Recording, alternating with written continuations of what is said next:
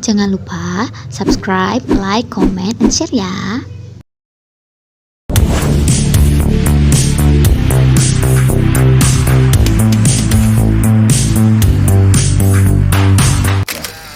Bismillahirrahmanirrahim. Assalamualaikum warahmatullahi wabarakatuh.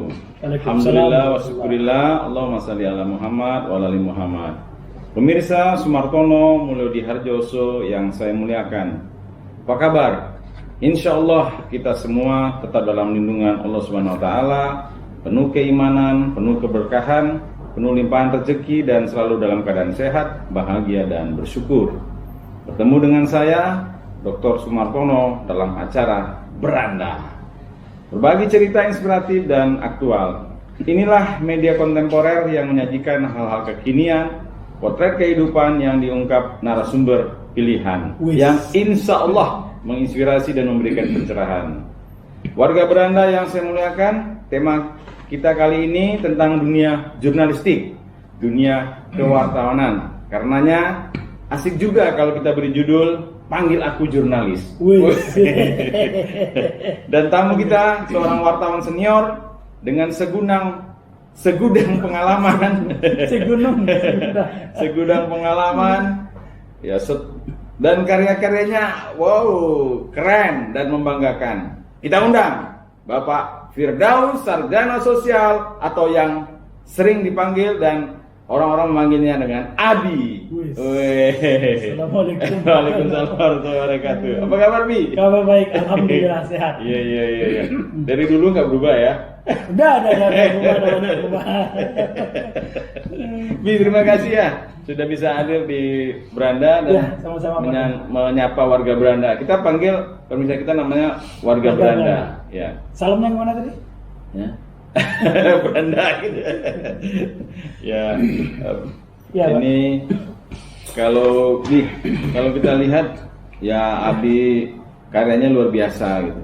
Tapi sebelum kita bongkar nih gimana Abi di dunia jurnalis, ini ada pertanyaan wajib loh, Bi. Apa tuh? Pertanyaan wajib itu yang harus dijawab oleh narasumber gitu. Kalau tidak terjawab boleh pulang. Boleh. Pulang Pak Eko gitu. Pulang Pak Eko. Iya. Pertanyaannya Abi sederhana saja. Bagi Abi, bahagia itu apa sih? Wes, itu tidak sederhana jawab. Pertanyaannya memang sederhana, jawabnya agak susah. Kalau bagi saya bahagia itu ya bisa jadi sederhana. Bahagia itu adalah bisa menikmati hidup. Bisa menikmati hidup. Nah, ada dua kategori yang saya masukkan di sini. Bisa menikmati hidup itu, kita bisa menikmati hidup ini. Satu, tentu harus sehat jasmani dan rohani dulu, Pak. Iya. Kemudian yang kedua, bisa memberi manfaat bagi orang lain. Dah cukup ya. Kalau bahasa anak muda sekarang, dah itu aja. Warga Beranda ternyata bagi seorang Abi, wartawan senior dengan seabrek prestasi dan pengalaman yang luar biasa, bahagia itu sederhana. Dan memang Bi, bahagia itu yang sederhana. Iya. Kita yang ciptakan gitu. Kita yang ciptakan. Iya. Tapi Bi, bisa nggak diceritakan, Bi, momen yang paling membahagiakan dalam hidup Abi? Ya, kalau dihubungkan dengan prinsip tadi, hampir seluruh kegiatan itu saya anggap membahagiakan. Membahagiakan ya. Pokoknya kita sehat, kemudian bisa memberikan sesuatu pada lingkungan, minimal pada diri kita dan keluarga, itu udah kebahagiaan yang luar biasa ya. Luar biasa itu. Dan memang bagi Abi, bahagia itu bisa menikmati hidup ya. Iya. Nikmati aja hidup ini. Iya. Jangan kita dibuat susah oleh. Jangan dibuat susah. Bi, tapi saya mau nanya nih, dan pengen tahu dan pengen kepo lah ya, pangkat 3 lagi. Kepo pangkat 3. Ya, dari mana ceritanya nama Firdaus panggilan Abi gitu? Nah, yang pertama, yang kedua nanti biar sekalian dijawab aja nih kan. Saya tadi ketika emang ada tradisi di Beranda itu untuk menandatanganin apa ya? Nah, sebagai bukti dokumen lah ya, dokumen. Nah, saya lihat tanda tangan Abi itu ada di situ tertera angka 49 gitu, Bi. Nah, yang saya tahu Abi belum 49. Tidak kelahiran 49. Kelahiran 49. Kalau kelahiran 49 terus tampangnya seperti ini. Woi. Luar biasa dahsyat. Abi bisa nggak diceritain? Ya. Kenapa Kenapa dari Ini Firdaus? mau tahu betul, mau tahu banget, atau mau tahu aja? Betul, ya. Saya pokoknya mau tahu pengetiga lah. Oke. Mau tahu bingit tuh. Mau tahu bingit ya. Iya, iya. Nama, jadi begini. Kalau nama pemberian orang tua saya Firdaus, tidak ada tambahan lain. Kemudian karena kuliah di UNES dapat tambahan 3 Iya, iya. SOS. Iya. Tapi kemudian di kepenulisan dalam aktivitas wartawan katakanlah nama pena, saya pakai nama Firdaus Abi. Abinya itu agak keren, pakai E belakangnya, Abi. Oh, iya. Nah, Abi itu sebetulnya kan panggilan ayah. Oh, anak manggil ke Ya, orang tuanya. anak panggil ke orang tua. Berarti Pak Tono anak saya, karena sudah panggil Abi kan. Nah, Iya, iya. jadi anak saya manggil Abi pada saya, kemudian berkembang pada lingkungan tempat tinggal, kemudian kawan-kawan kantor manggil Abi juga, sehingga sejak itu, ini menarik juga populer. Maka saya pakai itu jadi nama pena. Walaupun sebetulnya waktu awal saya belajar menulis itu Pak, ketika masih SMA, itu nama pena saya itu ada berubah beberapa kali. Tapi lalu ketika memulai menjadi wartawan di Semangat, saya pakai nama Firdaus. Iya. Itu saja. Oh, jadi udah populer dengan Abi dan kayaknya cocok ya, gitu ya. Punya karisma gitu. Si Abi, semua orang kan rata-rata tua muda Panggil Abi. panggil Abi gitu ya. Nenek-nenek, kakek-kakek. Berarti sudah tua. Ya makanya jadi unik ya. Oh, itu ceritanya dia. Ada yang dengan itu Bi? Dengan angka 49 itu Bi? Angka 49 itu ada juga yang melihat itu AS. Padahal sebetulnya 49. 49 itu kembali tadi sederhana. Saya anak keempat dari 9 saudara. Oh, itu artinya anak keempat dari 9 bersaudara. Iya. Jadi dari keluarga besar ya? Iya, keluarga besar. Tapi bisa ceritain dulu, Abi kampungnya di Kampung saya Lubuk Begalung, Kota Padang. Lubek.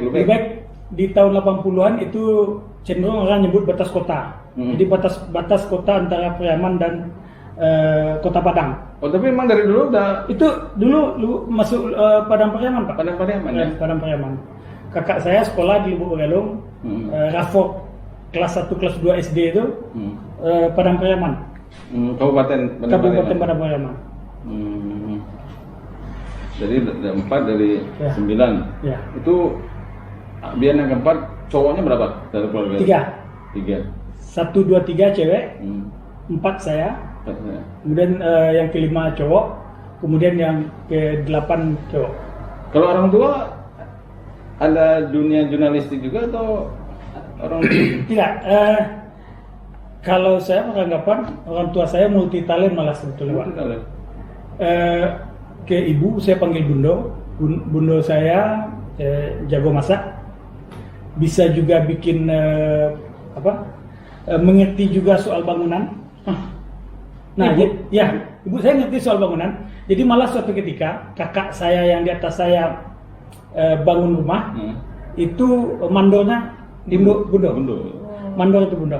Nah, suatu ketika peristiwanya itu sore ini Bundo pulang ke rumah, tukang ditinggal. Lalu besok pagi datang lagi mencek.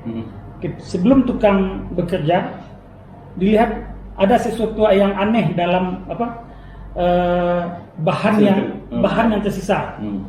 Perhitungan beliau ada perhitungan menarik, waktu itu tidak diungkap, kemudian Bundo mempermasalahkan itu. Semen hilang, Pak. Ada diperhitungkan waktu itu semen hilang antara 8 sampai 9 sak. Nah, lalu kemudian ditanya ke tukang, kata tukang itu sudah dipakai untuk begini Ndo. Jadi tukang itu manggil Bundo juga. Lalu dibilang, kalau semennya, kalau kalian, saya meninggalkan tempat jam sudah asar, tapi kemudian kalian pulang jam 5. Untuk 9 sak semen itu dari sudah asar sampai jam 5 itu rasanya tidak putus. Itu satu. Yang kedua, hitungan anunya tidak hilang, Pak. Pasirnya tidak hilang. Batanya tidak berkurang. Iya. Semen aja. Semen aja. Masa semen aja ditumpuk-tumpuk mungkin. Iya. Akhirnya belakangan ketika didesak terus dikeluarkan. Oh. Iya, berarti yang nilep yang tukang aja. Iya. Nah, kemudian kalau ayah, beliau sehari-hari karoseri. Kalau dulu disebut buat rumah-rumah auto, Pak. Rumah-rumah mobil, karoseri. Hari ini bahasanya kan karoseri. Nah, tapi beliau juga mengerti bisa soal bangun jadi tukang kayu, tukang batu, seolah bisa. Berarti menarik juga ya. Tapi ini kita sebentar. Kalau hubungannya mungkin saya menduga pertanyaan Bapak itu karena orang tua tidak jurnalistik, keduanya, lalu kenapa saya jurnalistik? Kok bisa membaca pikiran saya? Kan Bapak juga yang ngajar dulu. Nah, paling-paling kalau yang saya tangkap itu adalah rohnya saja, Pak. Ayah saya orang yang suka baca, bunda orang yang suka baca. Ya. Malah saya sudah diajarkan membaca sebelum saya bisa baca. Jadi ketika saya TK itu belum bisa baca, di rumah itu sudah ada langganan koran. Nah, saya sudah bolak-balik, walaupun saya tidak baca, paling-paling lihat gambarnya, nanti mana gambar yang menarik ketika itu yang suruh diminta bacakan ke siapa yang ada di lingkungan saya. Jadi saya sejak SD sejak TK sudah mengenal koran. Iya. Berarti dulu ngalami TK atau langsung SD? Tapi masih mencoba TK. Oh, masih mencoba TK. Ya. Berarti udah hidup di zaman modern ya. Mencoba TK. Iya. Nah, ini melanjutkan karena Abi sudah membuka tadi. Bisa nggak Abi ceritakan ya, pada akhirnya Abi itu memilih menjadi jurnalis sebagai profesi hidup. Nah, mejanya aja nampak bangun lahir. Iya. Berarti langsung jawab. Nah, apa tanya tadi? Bapak sampai jadi Iya. Saya sampai ke jurnalis ini, kalau menurut saya, Pak, saya tersesat di jalan yang benar sebetulnya. Tersesat di jalan yang benar. Kenapa saya katakan tersesat di jalan yang benar? Sejak kecil itu saya tidak pernah punya cita-cita jadi wartawan. Ketika SD itu impian saya menjadi pemain sepak bola, Pak. Pemain sepak bola. Jadi pemain sepak bola. Tapi dulu Abi dari kecil badannya sudah langsung seperti ini atau? Oh, tidak. Ada six pack gitu. Nah, impian jadi pemain bola gitu. Tapi ketika di SMP saya ikut sekolah seleksi, saya gagal. Ya, saya gagal. Penyebab gagalnya saya tidak punya sepatu bola, Pak. Nah, kemudian sampai SMA masih saya simpan impian obsesi itu. Tapi persoalannya kembali ke situ. Jadi waktu seleksi saya tidak punya sepatu bola. Jadi pakai sepatu waktu itu, sepatu sekolah itu Wangyu, Pak. Mungkin sepatu hitam kayak sepatu di kitchen itu. Tapi menarik, ketika memang ingin jadi pemain sepak bola dan tidak ada sepatu bola, itu Abi nggak ngomong sama orang tua atau gimana? Nggak, Pak. Nah, khusus itu nggak mau saya, Pak. Karena ketika itu ada persoalan sedikit ketika itu di ayah bengkel. Di tahun 80-an itu usaha karoseri mulai menurun. Kami banyak adik kakak sehingga saya tidak mau. Nah, lalu kemudian saya bangun impian-impian lain yang waktu itu belum tahu saya akan jadi apa. Tapi salah satu hal yang selalu saya lakukan setiap hari itu adalah saya selalu baca koran, Pak. Jadi sejak SD, SMP dan SMA itu insya Allah ketika ayah tidak lagi berlangganan koran, saya masih usahakan setiap hari itu harus baca koran. Walaupun di tempat lain gitu. Pilihannya itu ke tetangga. Kalau tidak ke kedai, Pak. Jadi di kawasan Lubuk Begalung itu, mana kedai hari itu yang berlangganan koran dalam kepala saya semua. Oh, sudah tergambar ya? Sudah tergambar. Kalau kedai ini bisa pagi kita baca. Kalau kedai ini hanya bisa mungkin sore, siang kita baca. Tapi yang menguntungkan ada salah satu kedai sebelah rumah. Itu baru bisa malam selepas maghrib. Karena pemilik kedai itu suaminya jualan di pasar. Dia baru bawa koran dari pasar ke kedainya. Sehingga saya baru bisa baca koran itu malam. Tapi masih kan nggak, Bi? Bagaimana Abi melobi? Itu kan kalau kita datang ke kedai, kalau kita nggak beli atau nggak ngapa-ngapain, itu tuh kita nggak diberi fasilitas itu. Masih nggak? Masih. Biasa kalau waktu awal-awal ya modal belanja dulu, Pak. Oh, modal belanja ya. Tapi kalau datang ke 3, ke 4, ke 5 dan sekaliannya nggak belanja, orang kedai udah tahu ini membaca aja. Iya, artinya dia mendukung lah ya, memberi fasilitas. Nah, lalu kemudian ketika di SMA saya mulai nulis. Tapi waktu itu saya nggak tahu tulisan ini untuk apa gitu. Pokok saya tulis saja. Saya tulis. Lalu kemudian ada radio di Padang, radio di Dirgan waktu itu Dirgan Bravo.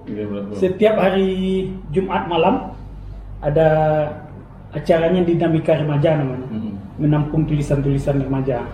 Nah, di sana 3 tahun berturut kalau tidak salah, saya dapat predikat penulis produktif 3 tahun berturut. Nah, di radio itu ya? Di radio itu. Lalu kemudian saya main juga ke Arbes.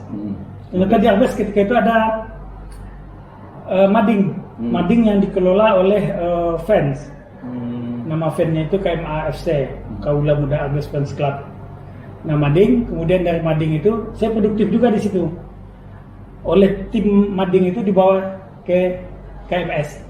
Jadi waktu di Singgalang ada suplemen itu anak muda. Itu Abi sekolahnya udah SMA? Masih sudah SMA, sudah kelas 3. Nah, nulis di KMS, kemudian dibawa ke KMS. Di KMS lah saya banyak menimba ilmu. Di antaranya senior-senior ketika itu ada Bang Guspen Khairul, Bang Hasbun Budina Naza, dan banyak lain. Disitulah saya mulai. Terus abis itu, ini kan belum menjadi wartawan nih? Belum. Nah, KMS berjalan di KMS, kemudian saya coba juga kirimkan tulisan ke seluruh media yang ada di Padang, Singgalang, Haluan, Semangat waktu itu, kemudian Canang, kan itu aja yang ada. Kemudian intensif. Nah, ketika tamat SMA, nah momentum terbesar itu menurut saya ketika suatu kali ada pelatihan menulis, Pak. Jadi ketika itu AMPI Sumbar mengadakan pelatihan jurnalistik AMPI se-Sumatera Jawa. Se-Sumatera Jawa. Saya tahu informasi itu kalau urutannya, Pak. Saya masih ingat urutannya itu hari Selasa malam saya baca. Hari Rabu pagi saya datang ke AMPI. Waktu itu Ketua AMPI Sumatera Barat itu Bang Sofyan Marsidin. Ketua panitia itu namanya Gimono Iyas. Sekretaris panitia Asnah ketika itu, Asnah Cendra Dewi. Nah, saya sampaikan keinginan untuk mendaftar, tapi panitia yang lain katakan mana surat rekomendasi. Ternyata untuk ikut itu panitia mengundang AMPI semua, AMPI se-Sumatera Jawa. Berarti yang datang jadi peserta itu orang yang direkomendasi oleh AMPI. Sementara saya bukan anggota AMPI, bukan pengusaha AMPI, bukan kader AMPI. Dan tidak ada kenal sama orang AMPI. Tidak kenal satupun. Nah, saya desak untuk terus minta ke panitia. Tidak ada jawaban gitu-gitu. Besok saya datang lagi. Tidak ada jawaban sampai terus. Pembukaannya di Aula Kantor Gubernur malam. Begitu Minggu sore itu, Minggu siang, Minggu pagi saya sudah datang ke sana juga, tapi sampai siang tidak ada jawaban sama sekali, tidak ada jawaban. Lalu saya lihat peserta bawa baju, saya sudah tahu acaranya itu sekitar seminggu, Pak. Seminggu acaranya, seminggu bawa pakaian. bawa mesin tik ketika itu. Saya pulang, saya pinjam mesin tik kawan.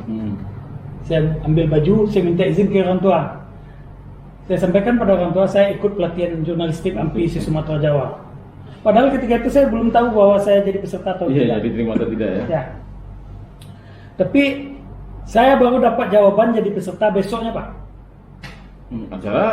Acara pembukaan malam. Lalu sudah acara pembukaan, peserta dibawa ke penginapan. Saya ikut. Dan bisa nginap? Belum. Oh. Jadi ketika itu menariknya di kamar masing-masing kamar itu sudah tertulis nama. Iya. Saya lihat saya belum terdaftar kan tidak ada nama. Iya. Ketika tidak ada nama itu, yalah. Kemudian jadi dia kan di Wisma KTS, Wisma Sosial, Dinas Sosial ketika itu yang di Ulak Garang. Iya. Nah, saya belum jadi peserta. Ada kursi, jadi selesai. Peserta sudah pada masuk, saya harus tahu diri bahwa saya tidak peserta. Saya ketika itu akan tidur di kursi itu, Pak, di bangku-bangku panjang. Lalu kemudian ada panitia yang datang, ngapain tidur sini? Kamu peserta? Belum, Kak. Ya, sekarang ini aja lah, dilihat. Kamu masuk aja kamu situ. Selamat untuk malam itu. Ya. Besoknya, ketika sebelum acara dimulai, saya dipanggil. Dipanggil, ditanya interogasi lah, katakanlah diinterogasi. Sekarang setelah diinterogasi itu, oke, nama siapa tadi?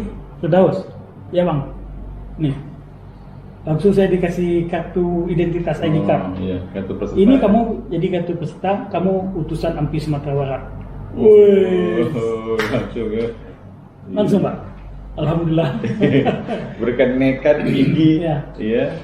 Nah, kalau diurut ketika itu, mungkin saya peserta paling muda. Karena ketika itu posisi saya tamat SMA. Baru tamat SMA. Juli kan? Tamat SMA sekitar Juni. Juli tamat SMA. Peserta yang lain itu rata-rata ada mahasiswa, sudah ada yang bekerja, malah sudah ada yang jadi wartawan. Kemudian ada yang pegawai dan segala macam. Berarti pelatihan itulah cikal bakal Abi punya semacam SIM lah ya, menjadi wartawan. Nah, SIM ini pintunya dibuka di Semangat. Jadi menjelang setelah pelatihan ini, enggak, di saat pelatihan itu kan ada kunjungan ke media. Oh, gitu ya. Ada kunjungan ke media. Lalu ketika sampai di Semangat, ada salah seorang pimpinan di Semangat itu, Pak Yan Abdullah, yang menerima kami gitu-gitu, diberikan kesempatan. Lalu selesai pelatihan, 2 hari selesai pelatihan saya datang. Saya bawa ijazah, saya bawa bekal fotokopi sertifikat pelatihan. Lalu ketika saya sampaikan niat, dilihat, kemudian lamaran saya ini dikesampingkan, Pak. Di depan Abi? Di depan saya, dikesampingkan. Saya tanya, kok begitu Pak? Kan Bapak yang berikan peluang pada kami peserta kemarin. Kemudian dia memanggil orang itu, panggilan akrabnya panggil Bung, Pak. Bung, tolong Bung ingat lagi apa yang saya sampaikan waktu Bung dan kawan-kawan Bung datang ke sini. Saya rasa saya tidak pernah mengatakan kami buka lamaran untuk calon wartawan. Iya Pak. Tidak, saya tidak pernah mengatakan itu. Yang saya katakan hanyalah kalau punya kemauan dan punya kemampuan datang ke sini. Itu yang saya katakan, tidak ada saya suruh bawa lamaran. Apa lamaran ini buat saya? Sekarang Bung tinggalkan saya, silakan pergi, tapi 2 jam lagi kembali.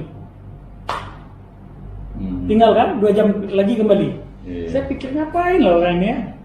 Sudah saya diterima, disuruh pergi, atau disuruh datang lagi.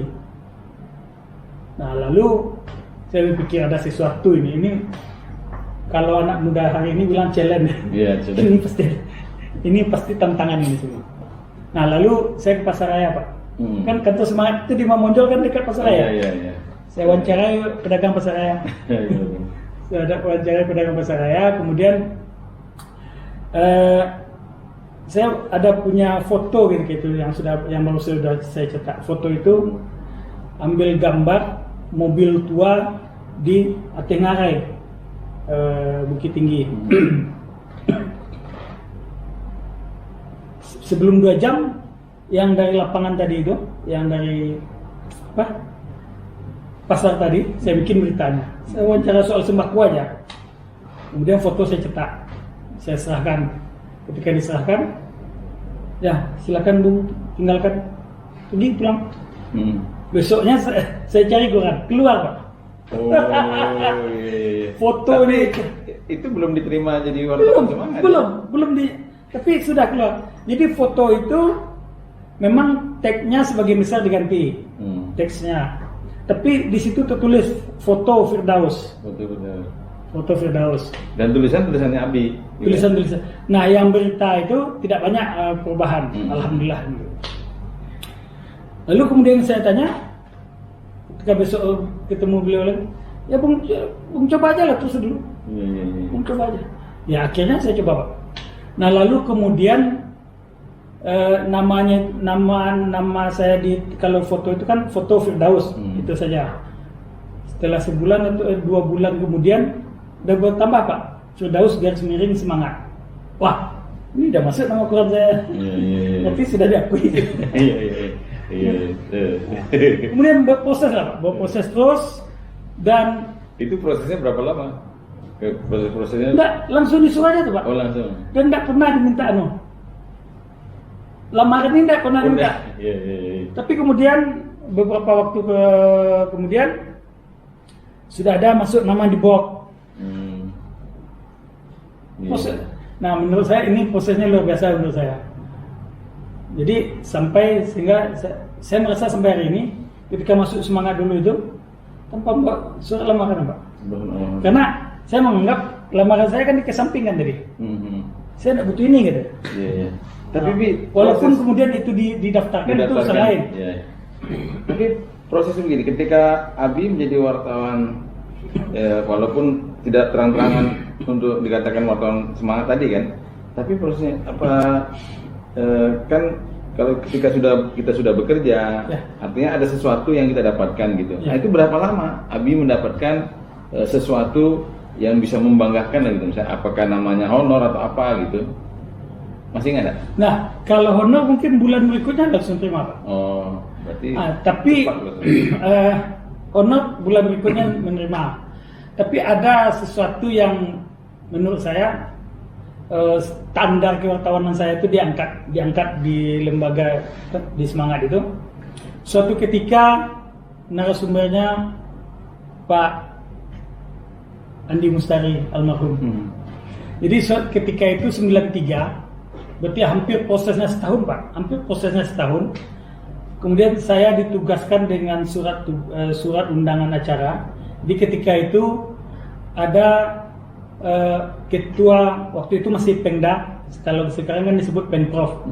Ketua Pemda Percasi Sumbar, Pak Andi Mustari Catur, itu melepas pecaturnya untuk mengikuti Kejurnas Prapon. Ponnya ini Pon 93. Perhitungan saya itu sekitar 92. Karena kalau tidak salah 10 atau 11 bulan sesudah saya memulai di semangat itu tugas resmi pertama yang saya dapatkan. Dia ada undangan dari Pemda Percasi itu untuk melepas kontingen PON itu. Persiapan waktu itu persiapan sebelum PON, semacam kejuri apa namanya? Pokok seleksi sebelum masuk ke PON. Kejurda lah ya? Enggak, tingkat nasional itu Pak. Oh, dan nasional. Ya. Kejurnas Prapon, Kejurnas Prapon namanya. Kejurnas ya.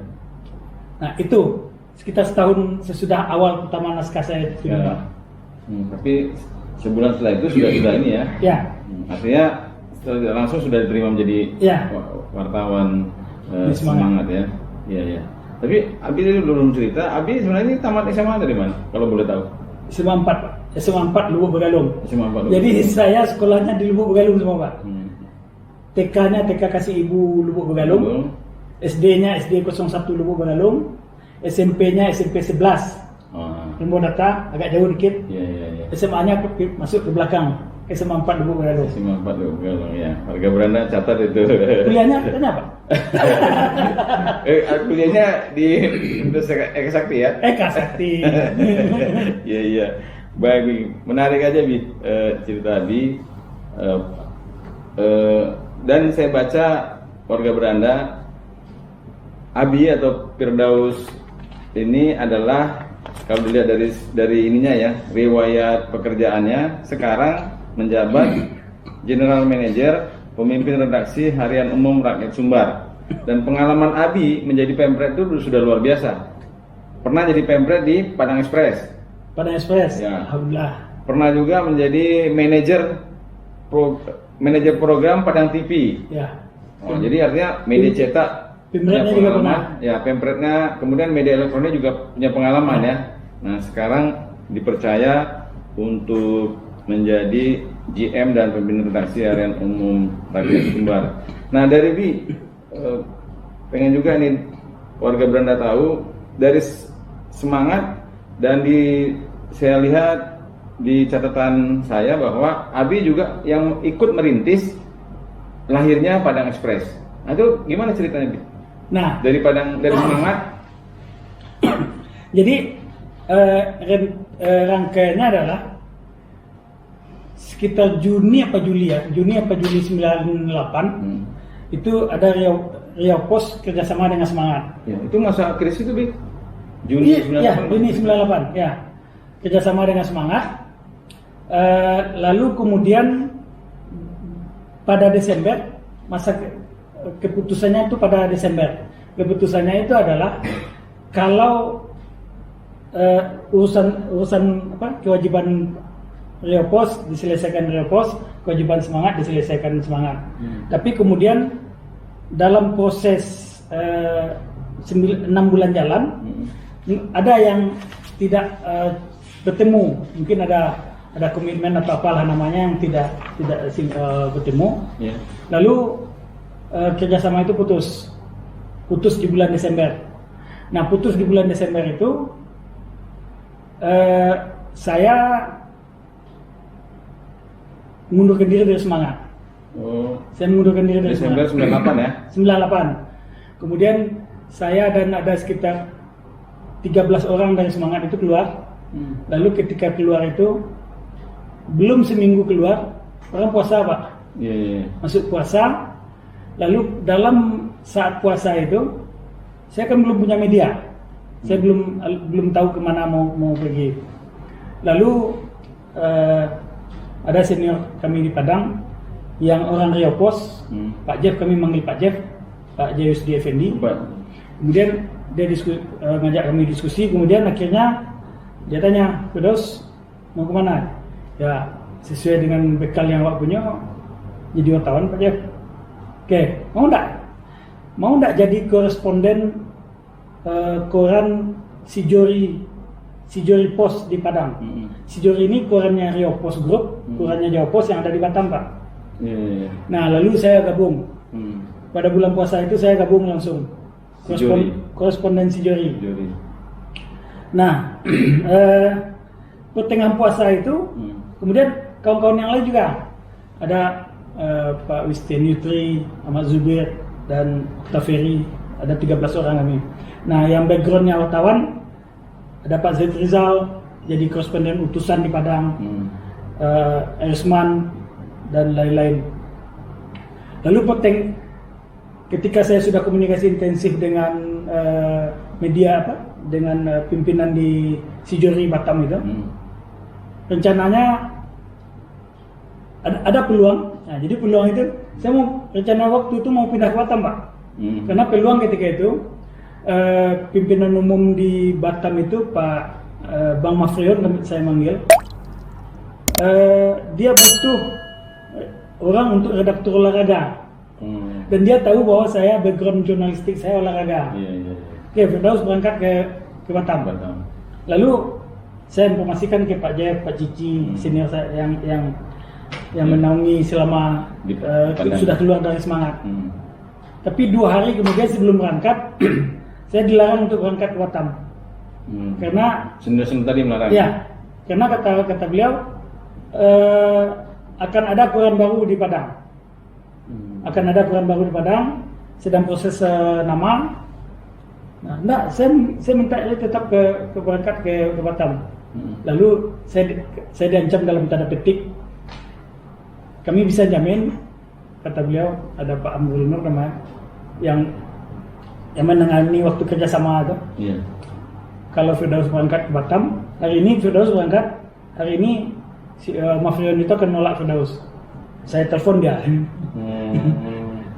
Karena akhirnya saya bilang ke Bang Mafrion, Bang, saya tidak jadi, Pak Am bilang begini. Iyalah, kalau gitu konsentrasi aja lah di Padang. Nah, itulah kemudian terbit Padang Express. Ketika Padang Express itu terbit di 25 Januari itu, kurang seminggu dari sudah Lebaran, Pak. Jadi yang saya ingat ketika itu Lebaran pada hari Senin Selasa, hari Rabunya saya berangkat ke Pekanbaru. Senin terbit Quran. Quran Padang Express itu? Padang Express itu. Nah, saya dapat tugas di Padang Express itu di Pekanbaru itu, waktu itu cetak jarak jauh. Jadi waktu cetaknya di mana? Di Padang? Di Pekanbaru ketika itu, Pak. Karena Padang belum punya mesin cetak ketika itu, maka cetak di Pekanbaru. Prosesnya, jadi cetak di Pekanbaru itu sebetulnya sejak kerjasama 6 bulan semangat itu, sudah cetak di Pekanbaru. Nah, di semangat saya dapat 3 bulan. Saat awal Padang Express itu 6 bulan cetak di Pekanbaru, saya dapat tugas Pekanbaru. Iya, akhirnya termasuk orang yang ikut merintis. Ya, sama-sama dengan tim yang lain. Iya. Tim pertama Padang Express itu 20 orang. 20 orang. Seluruhnya, mulai dari pimpin umum sampai ke bawah semua. Iya. Sampai Abi meninggalkan, walaupun cuma satu grup ya. Abi sekarang ke Rakyat Sumbar, itu pegawai dan wartawan Padang Express itu berapa jumlahnya? Banyak ini? Banyak, Pak. Jadi perpindahan itu salah satu diantaranya juga bagian dari pengembangan diri yang diberikan kesempatan oleh manajemen. Saya mulai 99 di Padang Express, lalu kemudian pada Januari 2007 dapat tugas. Jadi kami ditugaskan ada 13 orang untuk memulai Padang TV. Oh iya. Nah, memulai Padang TV itu pada Januari 2007 sebetulnya. Iya. Jadi persiapan baru mengudara 1 Maret kalau tidak salah. 2007 Jadi ya. alhamdulillah, Pak. Langsung pemimpin redaksi ya. Ya. Jadi alhamdulillah kepercayaan manajemen itu dapat kesempatan dalam ikut merintis Padang Express, ikut merintis Padang TV, dan ikut bersama-sama Rakyat Sumbar. Rakyat Sumbar ya. Iya, jadi jiwa pendobrak, jiwa perintis. Tapi ini berkah. Iya. Apa namanya? Abi belum jawab secara bebas bahwa apa yang melatar belakang Abi memilih jalan profesi jurnalis. Karena kalau dilihat dari silsilah keluarga kan tidak ada gitu. Orang tua punya kemampuan di bidang bangunan, kemudian karoseri. Nah, tapi walaupun Abi sejak kecil suka baca koran ya gitu. Dan siapa yang diajak diskusi ketika Abi memilih menjadi wartawan itu? Apa sih yang melatar belakangnya? Abi belum jawab apa sih? Jadi sebetulnya itu dari awal saya sampaikan, Pak. Saya bilang saya tersesat di jalan yang benar. Kenapa saya katakan? Karena prosesnya mengalir tanpa pernah saya sadari. Belajar menulis tulisan-tulisan yang untuk kita sendiri. Lalu kemudian sampai dikenalkan ke KMS Singgalang, sampai dikenalkan di KMS Singgalang itu dia mengalir juga terus. Lalu ketika tamat, mungkin momentumnya ketika tamat ini, walaupun sebetulnya ketika saya minta ikut ke peserta pelatihan yang AMPI itu, saya juga tidak pernah membayangkan saya ikut ini nanti ujungnya ke sini. Tidak, saya hanya ketika itu ingin memperdalam kemampuan ilmu menulis.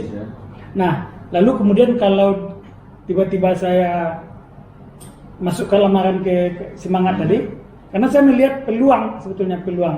Saya melihat peluang. Karena memang ketika itu tamat SMA itu saya tidak melanjutkan kuliah gitu Pak. Saya tidak belum berkesempatan untuk melanjutkan kuliah, maka semua ini berproses secara alamiah saja menurut saya, dia mengalir saja.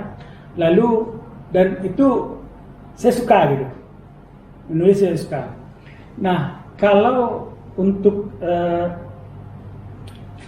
teman diskusi, kawan diskusi bercerita soal karya tulis menulis ini, kalau saya mengistilahkan editor utama saya Bundo Pak.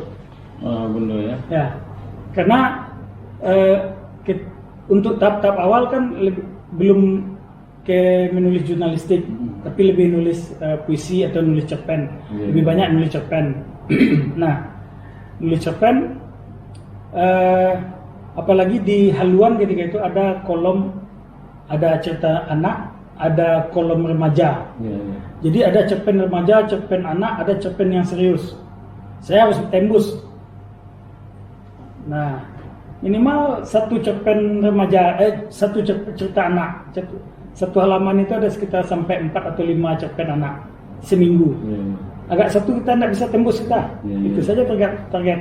Ya. Nah kadang bisa satu, kemudian artikel-artikel lain juga muat, bisa minimal ketika itu 2 atau minimal satu atau 2 setiap minggu.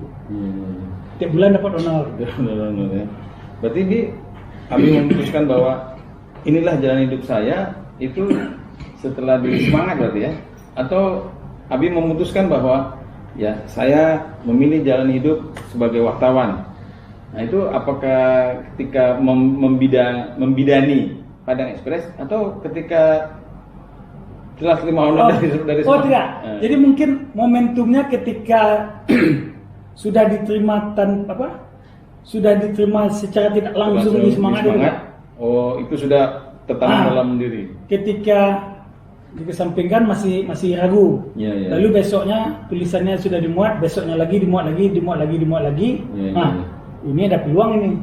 Nah, ketika ada peluang itu saya terus upgrade diri. Lalu kemudian setiap foto itu sudah foto Firdaus garis miring semangat. Menurut saya ketika itu ini sudah berbeda dengan foto-foto sebelumnya. Foto-foto sebelumnya Firdaus saja kan.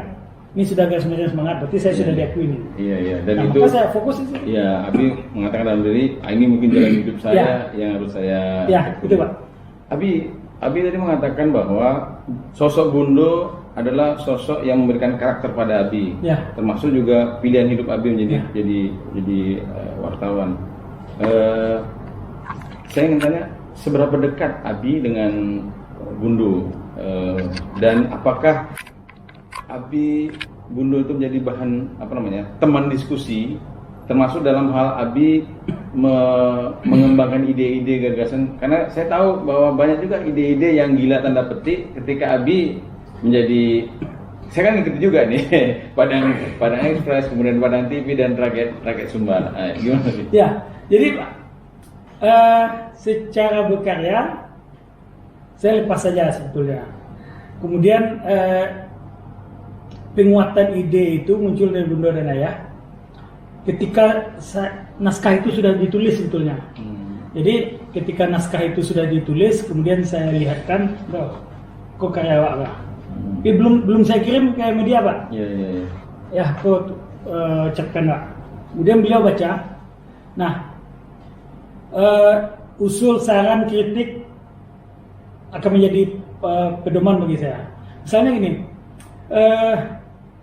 kedua orang tua saya itu hobi luar biasa baca. Nah, ayah itu sebelum kerja dia pasti baca koran dulu. Nah, lalu misalnya di naskah, setelah di naskah itu dibaca, kemudian ada saja selalu Pak. Ada selalu sisi kalau bahasa buruk hari ini dianggap bully. Bully dalam arti yang positif gitu. Itu artinya masukan, kok ceritanya seperti ini, maksudnya seperti ini, kalau ini tidak logis, ini tidak logis, ini tidak bagus. mungkin akan lebih baik begini atau begitu atau begini. Kritikan konstruktif. Ya. Nah itu yang, nah lalu kemudian selain Mundo, kakak-kakak saya kemudian belakangan dan adik juga suka itu Pak. Malah ada adik perempuan saya yang jauh di bawah saya. Berarti saya keempat, kelima, keenam. Bang, apa ini Bang? Sampah. Wah itu. Iya. Lalu saya tanya, di mana persoalannya Bang? Nah, jadi ini tempat Pak. Jadi semacam Teman diskusi. perwakilan pembaca sebelum sampai ke pembaca. Itu saya istilah gitu. Ya, jadi dia istilahnya badan sensornya lagi. Badan sensor film. Iya. Tapi ini dalam 9 keluarga tadi, ya, itu yang menjadi wartawan selain Abi ada? Ada Pak. Ada ya. Ada satu di Pekanbaru. Itu adik atau Adik. Adik nomor? Di pas di bawah saya. Nomor 5 berarti ya? Pas nomor 5. Oh, iya. Oke, jadi warga Belanda semakin menarik kita mengorek bagaimana asiknya menjadi seorang jurnalis. Abi kan sudah pada puncak karir itu, udah kempret, kemudian merintis segala macam. Tapi Bi, punya nggak Bi pengalaman yang aneh-aneh Bi ketika jadi wartawan? Kalau yang aneh-aneh banget tidak, tapi ada beberapa mungkin saya anggap pengalaman-pengalaman menarik saja. Satu, saya pernah bersama sejumlah wartawan dari Padang pergi ke Mentawai. Jadi ketika itu ada di tahun 99-2000-an ribut soal kristenisasi. Lalu kami berangkat di Mentawai. Awalnya dengan kapal biasa, MAN. Lalu ketika besoknya, ketika kami berkunjung ke tempat yang akan kami datangi, tiba-tiba speedboatnya, kami pakai boat Pak, mati Pak mesinnya Pak. Boatnya mati di tengah laut. Belum mau Pak. Nah, dua persoalan yang saya hadapi Pak. Satu, penumpang satu pun tanpa baju pelampung. Yang kedua, masalah kedua paling berat saya tidak bisa berenang Pak. Waduh, bisa saya gimana paniknya itu? Saya tidak bisa berenang. Itu diantaranya kenangan. Nah, kalau di laut ini saya sudah mengalami 2 kali. Seperti itu tadi, seperti yang satu lagi persoalan speedboatnya itu yang belakangan baru kami tahu. Speedboat ini kejadian di Tarakan Pak, di Laut Tarakan tahun 2017. Tarakan itu Kalimantan kan? Kalimantan Utara. Kok bisa gimana? Jadi ketika itu dapat undangan dari Kementerian Desa untuk mengikuti upacara di perbatasan Indonesia di Sebatik. Ketika pulang, rombongan itu kan datang dan pergi itu kan tergantung masing-masing jadwal kita. Iya. Nah, lalu kemudian saya ikut satu rombongan berangkat pulang. Nah, kemudian kami menumpang speedboat, isinya sekitar 20-an orang. 12 ya. Antara 20-12 lupa saya. Nah, lalu di tengah malam speedboat ini bermasalah, hujan lebat, angin kencang dan segala macam. Kemudian alhamdulillah kami bersandar di sebuah pulau yang sudut pulau yang tidak ada penghuninya di situ. Lalu kemudian kami dievakuasi oleh KRI Kerapu. Belakangan setelah malam di KRI Kerapu itu kami dapat informasi bahwa speedboat yang hendak membawa kami dari Sebatik ke Tarakan itu tidak layak jalan untuk laut yang dilewatinya itu. Untuk laut yang dilewatinya itu tidak, dia mungkin untuk laut yang lain gitu. Laut yang lebih dangkal atau yang pokoknya tidak layak untuk mengarungi laut yang ditujunya itu. Itu 2 kali. Kemudian hal lain yang menarik juga 92 atau 94, saya lupa tahunnya waktu, tapi yang saya ingat dulu ada Pekan Raya Padang, PRP. Itu sesudah itu tidak ada lagi. Jadi ketika PRP itu ada kan banyak kegiatan Pak. Salah satunya konser penampilan artis ibu kota. Nah, penampilan artis itu kata saya dapat tugas untuk meliput seluruh rangkaian kegiatan PRP. Lalu ketika penampilan artis itu saya datang, saya nonton 2 lagu. Artis itu ke backstage belakang panggung. Lalu nak muncul-muncul lebih setengah jam dia nak muncul-muncul lagi. Saya bayangkan biasanya kan kalau penampilan artis itu kan mungkin 10 sampai 12 lagu atau 15 lagu. Separuh mungkin baru dia istirahat, ganti baju, ganti kostum, pendinginan. Ini nak muncul-muncul setengah jam. Baru 2 lagu. Baru 2 lagu. Lalu saya ke belakang panggung, saya cari. Saya cari, bertemu dengan manajernya. Apa jawab manajernya? Boleh kita sebut nama, tidak usah lagi saya sebut nama artisnya. Artis kami sedang sakit, Pak. Wah, oh saya? Iya, ternyata dia baru pulang show dari Singapura. Dia pulang dari Singapura, dia sakit bla bla bla bla bla. Tidak mau saya tidak. Kalau iya, saya mau wawancara. Lalu kemudian saya dimaki oleh ada petugas keamanan, tentara, sempat berdebat. Antara debat itu antara berani dan takut juga, Pak. Berhadapan dengan tentara. Nah, lalu kemudian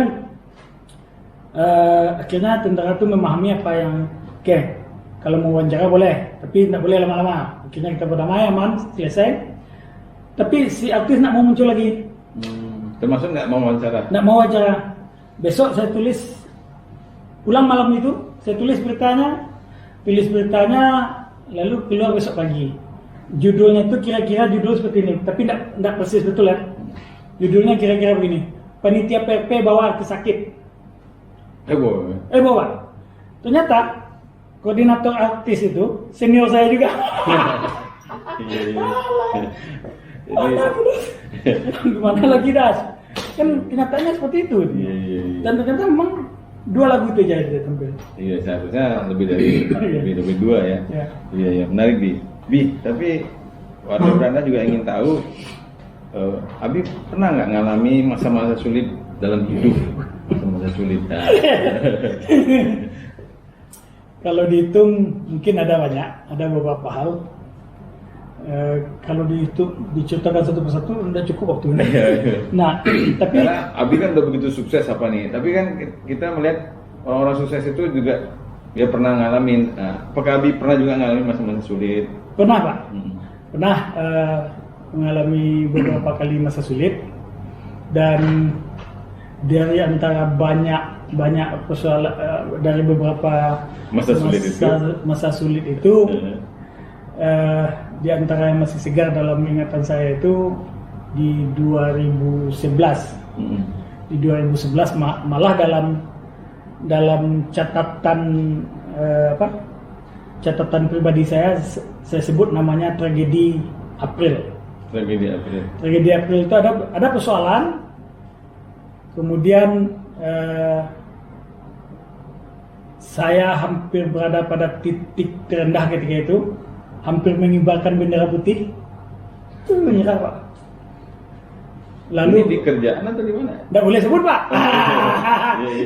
Nanti kalau disebut kerjaan, rumah atau ini atau tempat tinggal, terdeteksi nanti orang, Pak. Okay. Kalau saya sebut di tempat tinggal, tempat saya tinggal saya tidak pindah-pindah sejak 2014. Iya. Tapi sekarang sejak 2004 saya tidak pindah-pindah. Kalau sebut tempat pekerjaan saya tidak pindah. Nah, kalau tempat dengan keluarga enggak. Pokoknya ada momen nyaris tragedi April tadi ya. Tragedi April itu nyaris mengibarkan bendera putih. Tapi kemudian saya ingat beberapa hal. Satu, kata istri saya, kita masih punya Tuhan. Itu aja pesannya. Dan lalu berserah diri ke yang di atas, sehingga terus bangkit langsung saat itu juga.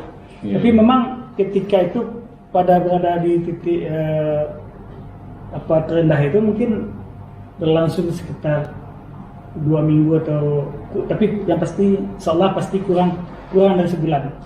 Kurang dari sebulan, tapi kondisinya sudah sangat berat gitu. Tapi lalu diingatkan keluarga, diingatkan istri dan anak, Ya, jadi faktor keluarga lah yang menguatkan Abi ya, faktor sehingga keluarga. Abi bisa bangkit lagi ya. Dan mungkin saudara saya nggak tahu Pak. Kami genggam. Iya, begitu rapinya ya. Ketika itu saya, istri dan anak saya 2 kami genggam berempat persoalan itu. Iya, iya. Ini baru Bapak tahu. Iya, iya, iya. Dan itu hanya di beranda ya. Iya, iya, Bi. Oke, menarik warga beranda. Jadi orang-orang sukses ternyata juga punya masa-masa sulit yang tapi pada akhirnya itu bisa disikapi dan dihadapi dan diselesaikan dengan baik. Bi, Abi ini juga wartawan, tapi saya baca literasi, saya banyak juga cari data tentang Abi. Abi juga cerpenis ya? Ya, menulis cerpen, Iya, dan penulis cerpen, novelis juga ya? nulis Iya. nulis Dan yang terbaru warga beranda ini saya menarik karena bagi orang Minang itu saya disebut dengan orang Sumando. Jadi orang Jawa yang mirip dengan orang Minang disebut dengan Sumando. Yaitu novel berbahasa Minang, Indak Talo dan Kanai Ati. Ya. Nah, ini novel yang Orang Sumando tahu nih artinya.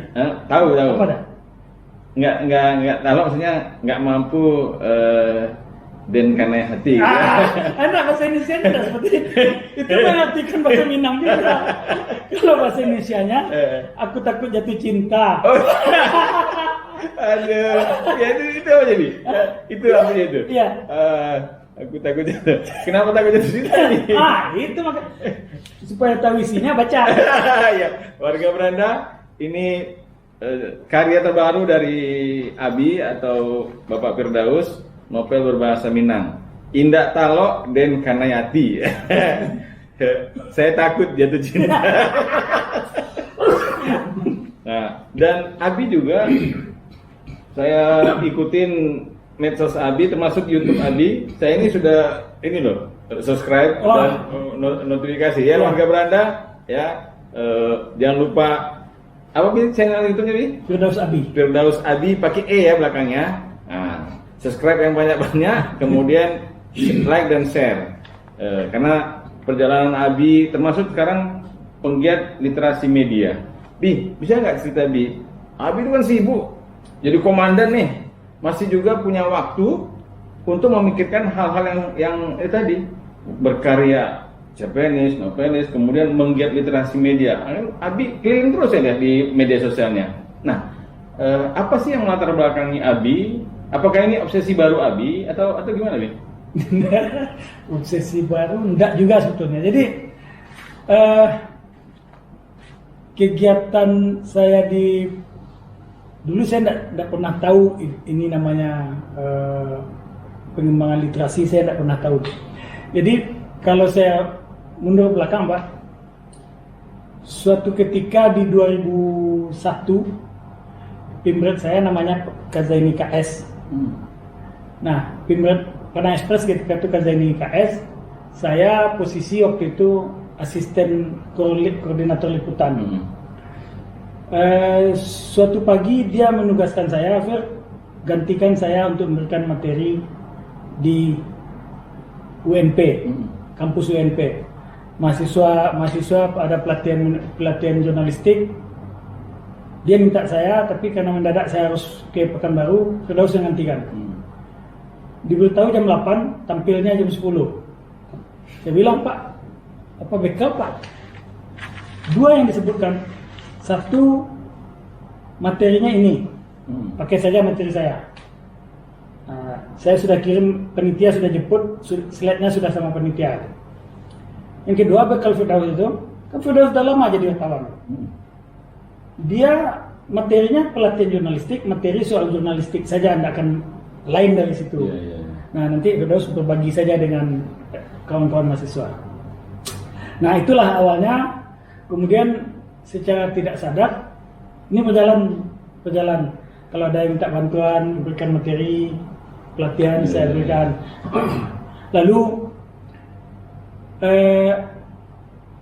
ketika awal, tapi yang semakin intensif itu setelah di Raya Sumbar Pak. Intensif di Raya Sumbar itu pada koran itu terbit kan kantor pusat kami kan di Bukit Tinggi. Oh, Nah, Bukit Tinggi ya. kantor pusat kami di Bukit Tinggi itu setiap Jumat saya buka kelas, Pak. Saya buka kelas, Pak. Buka kelas bagi pelajar untuk Bagi pelajar Bukit Tinggi atau Sumatera Barat? jadi saya umumkan saja di media, saya sampaikan pada guru-guru, ada yang Bukit Tinggi segala macam. Kalau dia datang pada hari Jumat dimulai jam 2 sampai jam asar, saya terima. Itu di mana tempatnya? Di kantor.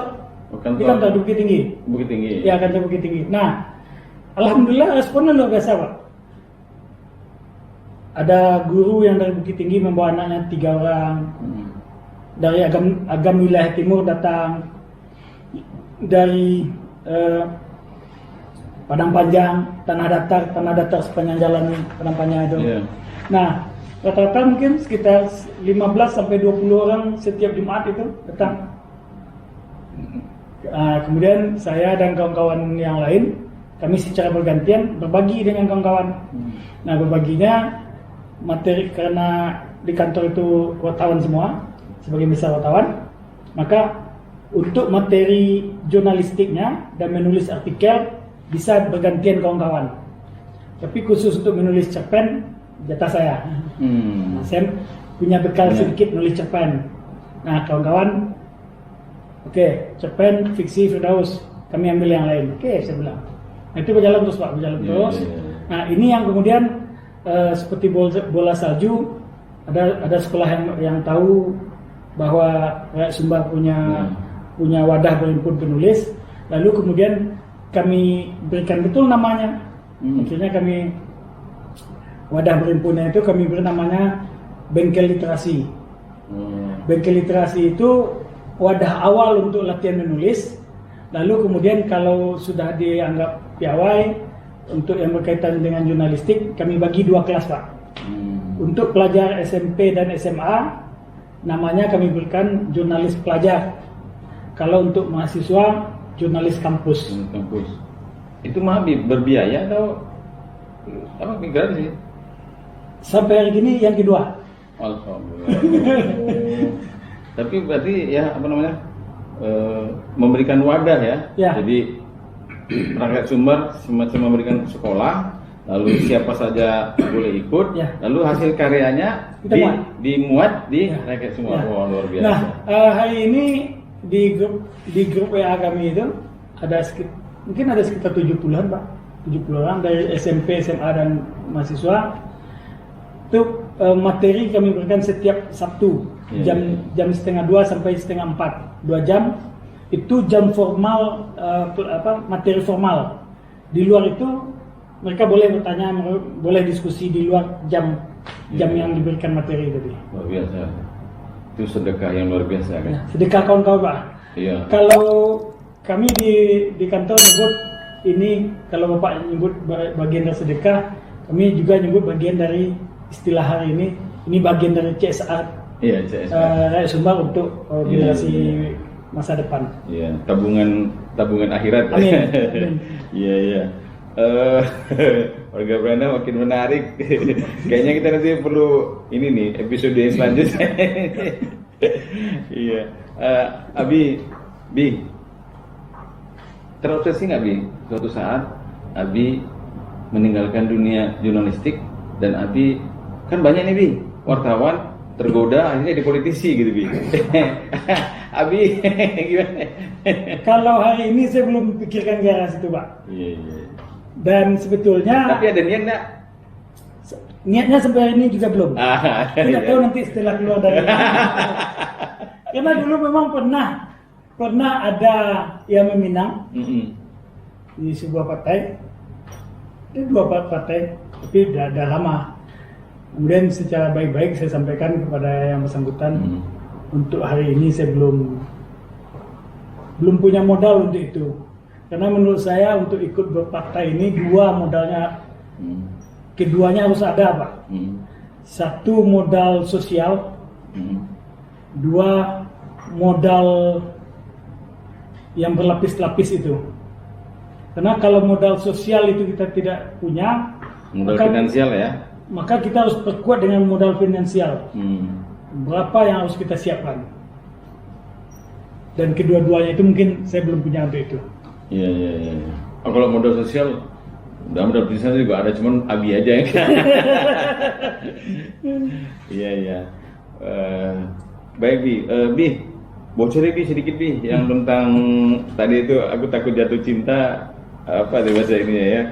Novel berbahasa Minang, Indak Talo dan Dengan Kanai Hati. Ini apa sih yang melatar belakangnya Abi menulis?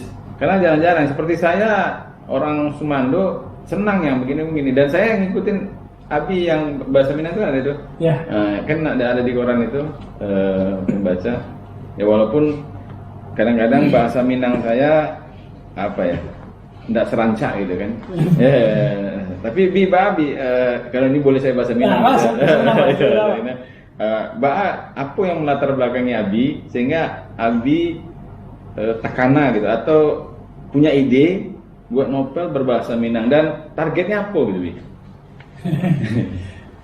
Jadi sebetulnya cerpen aslinya itu, jadi sebetulnya Aku Takut Jatuh Cinta itu sudah ada sebetulnya. Bahasa Indonesia? Iya, novel aslinya itu bahasa Indonesia. Abi juga yang ngarang? Iya, saya nulis. Jadi novel itu sudah lama saya buat. Aku Takut Jatuh Cinta sudah selesai, tapi belum saya cetak, masih saya jadikan tabungan saja baru. Iya. Lalu ketika itu bulan puasa Pak, suatu ketika di puasa tahun berapa? Aku lupa. 17 atau tahun 2017 kalau tidak salah. Lalu kegiatan saya tidak padat, dan alhamdulillah sesudah sholat subuh itu saya susah untuk tidur. Biasanya saya ulang lagi tidur, walaupun secara kesehatan tidak bagus kan. Tapi ketika itu saya tidak bisa. Lalu apa yang saya lakukan lagi? Apa lagi saya berlaku? Lalu iseng saya buka. Saya buka yang Aku Takut Jatuh Cinta itu. Nah, saya buka lagi. Iseng saya bikin 1 paragraf dulu, 2 paragraf, 3 paragraf. Ini enak saya benar. Nah, lalu ketika selesai satu topik, jadi kan kalau tidak salah dalam kisah itu yang aslinya itu Aku Takut Jatuh Cinta itu ada sekitar 25 judul kalau tidak salah. Saya buat sub-judulnya. Sub-judulnya semacam poin satu poin. Nah, sub-judulnya itu, sub-judul pertama selesai.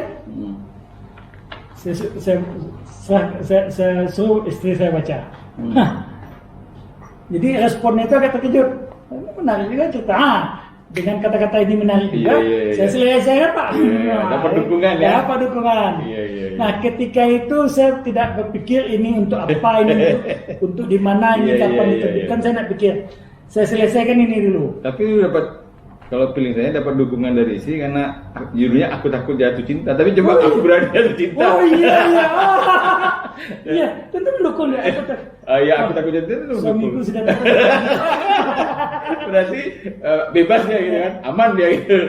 Lebih parah itu Aku Jatuh Cinta lagi. Apa ini? Langsung dikoyak. Aduh, iya Bi. Baik, menarik. Warga Belanda baca bukunya, karya terbaru dari Firdaus atau Abi, novel berbahasa Minang, Indak Talo dan Kanai Hati. Aku Takut Jatuh Cinta. Wah, ini juga bisa menginspirasi saya untuk buat lagu loh ini. Aku Takut Jatuh Cinta. Baik Bi, ya sepertinya waktu ya tidak bisa kita hadang, dan ya sepertinya Abi harus nyampein waktu untuk kita nanti tanya-tanya lagi Bi. Tapi di akhir pertemuan kita ini saya hanya ingin bertanya kepada Abi, apa Bi saran atau nasihat Abi untuk para milenial atau jurnalis-jurnalis muda yang ingin dia memang berkarya, berkiprah di dunia kewartawanan? Ya, kalau saran mungkin ada beberapa. Satu, fokus dengan apa yang kita lakukan. Lalu terus berkarya, terus saja berkarya kita. Akhiri pertanyaannya. Ya, tanya lagi nanti. Baik. Warga Beranda, sepertinya kita kurang waktu untuk berdiskusi dengan Abi.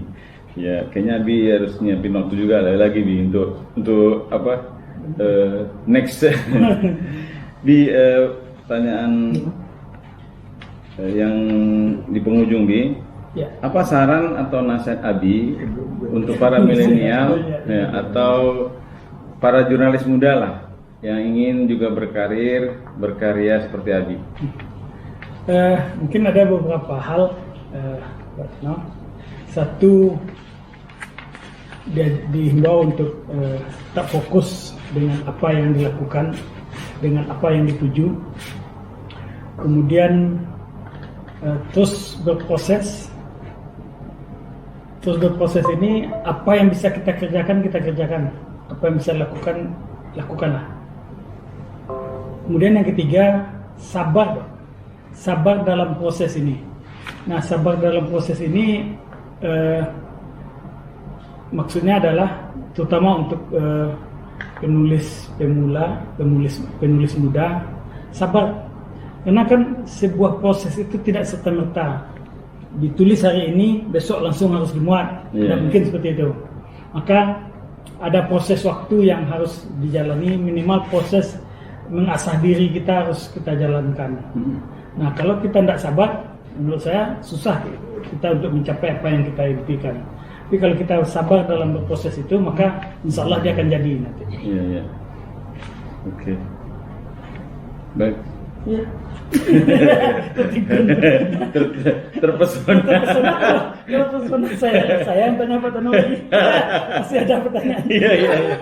Baik warga Beranda, Abi, terima kasih banyak atas kehadirannya. Terima kasih sama-sama Pak Tanuri. Ya, kita tahu Abi ini super sibuk. Wah. keliling terus. Kita tahu dari media sosialnya gitu kan. Ya, tapi masih bisa menyempatkan waktu menyapa warga Beranda. Sekali lagi tim Beranda mengucapkan banyak terima kasih. Sama-sama. Sehat selalu Bi, Amin. Sukses selalu. Amin. Dan teruslah berkarya. Amin. Ya. Siap. Baik, warga Beranda, sampai di sinilah tayangan kita kali ini. Insya Allah kita bertemu di tayangan Beranda berikutnya. Saya tidak menyimpulkan, tapi ada beberapa catatan yang menarik untuk kita catat dan kita pedomani. Yang pertama, bahagia itu ketika kita bisa menikmati hidup. Itu quote yang pertama dari Abi. Yang kedua, fokuslah pada apa yang kita lakukan, fokuslah apa yang kita tuju. Yang ketiga, segala sesuatu itu ada prosesnya. Jadi, sabarlah kita dalam berproses, lakukan apa yang bisa kita kerjakan, nah sehingga nanti kita akan mendapatkan hasil yang memuaskan. Lalu yang keempat, dan ini penting, bahwa ketika kita ingin terjun ke politik, ada dua modal yang harus dimiliki, yaitu modal sosial dan modal finansial. Ada modal sosial, tapi modal finansial nggak ada. Dengan apa kita beli kaos? APK ya, alat peraga kampanye. Ya. Finansial ada, modal sosial nggak ada, agak penting ya Bi ya? Agak mending, tapi butuh duit yang banyak. Iya. Butuh finansial yang Ya, ini nasihat dari Abi. Baik warga Beranda, insya Allah kita ketemu lagi di tayangan Beranda berikutnya. Billahi taufiq wal hidayah. Assalamualaikum warahmatullahi wabarakatuh.